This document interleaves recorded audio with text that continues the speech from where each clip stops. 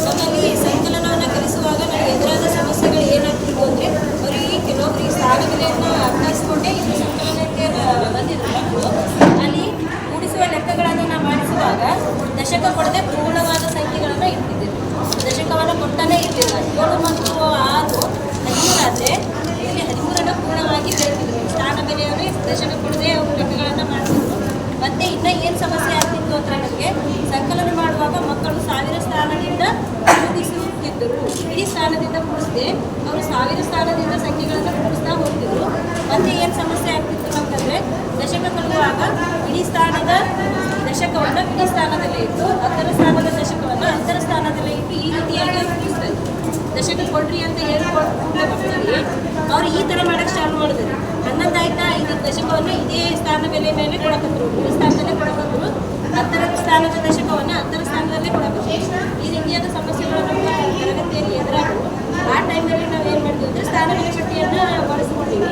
ಈ ಥರ ಚಾರ್ಟ್ಗಳನ್ನು ಬಳಸ್ಕೊಂಡು ಜಾರುಪಟ್ಟಿಗಳನ್ನು ಬಳಸ್ಕೊಂಡು ಮಕ್ಕಳಿಗೆ ಮೊದಲನೇದಾಗಿ ಸ್ಥಾನ ಕಲ್ಪನೆ, ನೀವು ಯಾವ ಸ್ಥಾನದಲ್ಲಿ ಯಾವ ಸಂಖ್ಯೆಯನ್ನು ಬರೀತೀರಿ ಅನ್ನೋದ್ರ ಬಗ್ಗೆ ಸ್ಥಾನ ಕಲ್ಪನೆ ಕೊಟ್ಟು ಮಕ್ಕಳಿಗೆ ಸ್ಥಾನ ಬೆಲೆ ಕಲ್ಪನೆ ಮುಗಿಸಿ ನಾವೇನು ಮಾಡ್ತೀವಿ, ಈ ಥರ ಇದು ನಮಗೆ ಭಾಳ ಹೆಲ್ಪ್ಫುಲ್ ಆಗಿದೆ. ಈ ಸ್ಥಾನ ಬೆಲೆ ಪಟ್ಟಿ ಭಾಳಷ್ಟು ಯೂಸ್ ಆಯಿತು. ಅದರಿಂದ ಗುಂಪುಗಳನ್ನು ಮಾಡಿ GLL ಮಕ್ಕಳಿಗೂ ಮತ್ತು FLL ಮಕ್ಕಳಿಗೂ, ನಾನು FLL ಮಕ್ಕಳಿಗೆ ಈ ಚಾರ್ಟನ್ನು ಕೊಟ್ಟು ಈ ಥರ ಕ್ಲಾಸ್ ರೂಮಲ್ಲಿ ಚಾಪಿಸ್ಕೊಂಡು ಚಾರ್ಟ್ ಅವರಿಗೆ ಹಾಕಿಕೊಟ್ಟಾಯಿತು. ಸ್ಥಾನ ಬೆಲೆ ಪಟ್ಟಿ ಹಾಕಿಕೊಟ್ಟಾಯಿತು. ಆಟೋಮೆಟಿಕ್ ಆಗಿ 10 ಲೆಕ್ಕ ಮಾಡಿ 15 ಲೆಕ್ಕ ಮಾಡಿ ಅಂತ ಅವ್ರಿಗೆ ಟಾರ್ಗೆಟ್ ಕೊಟ್ಬಿಟ್ರೆ ನಮ್ಮ GLL ಮಕ್ಕಳಿಗೆ ಪಾಠ ಮಾಡೋಕ್ಕೆ ನಮಗೆ ಭಾಳಷ್ಟು ಅನುಕೂಲ ಆಗಿರುತ್ತೆ. ನಾನು ಅವ್ರು ನಮ್ಮ ಕಡೆಗೆ ತಿರುಗಿ ನೋಡ್ತೇವೆ, 20 ಲೆಕ್ಕ ಆಗುತ್ತಾನೆ ಇದನ್ನು ಮಾಡಿ ನೋಡ್ತಾರೆ. ಈ ಥರ ಸ್ಥಾನ ಬೆಲೆ ಪುಸ್ತಕವನ್ನು ಮಾಡಿ ನನಗೆ 10 ನಿಮಿಷ ಟೈಮ್ ಹಾಕಿ ಕೊಟ್ಟು ಇದನ್ನು ಹೋಗ್ಲಿಕ್ಕೆ 10 ನಿಮಿಷ ಟೈಮ್. ನಂತರ ನನ್ನ GLL ಮಕ್ಕಳಿಗೆ ಅಭ್ಯಾಸ ಪುಸ್ತಕದಲ್ಲಿ ತೋರಿಸ್ತಿದ್ದೆ.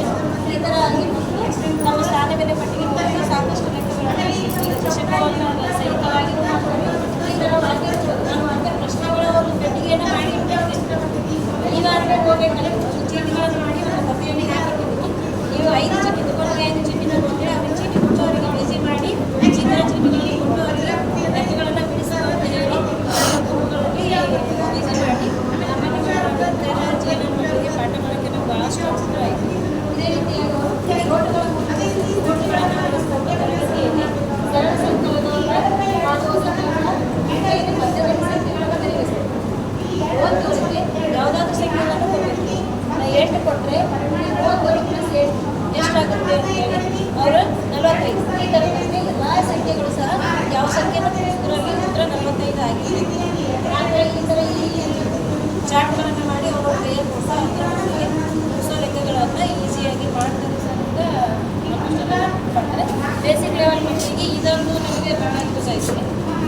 ನಾನು 4 ದಾಳಗಳನ್ನು ತೊಗೊಂಡೆ ಅಂದರೆ ಸಂಕಲನ ಯಾವ ರೀತಿ ಅದನ್ನು ಮಕ್ಕಳಿಗೆ ಕಲಿಸ್ಬೇಕು ಅಂತೇಳಿ ಈ ಥರ ನಾನು ಮೇಲೆ ನಾವು ಅಡ್ಡ ಕಂಬಳದ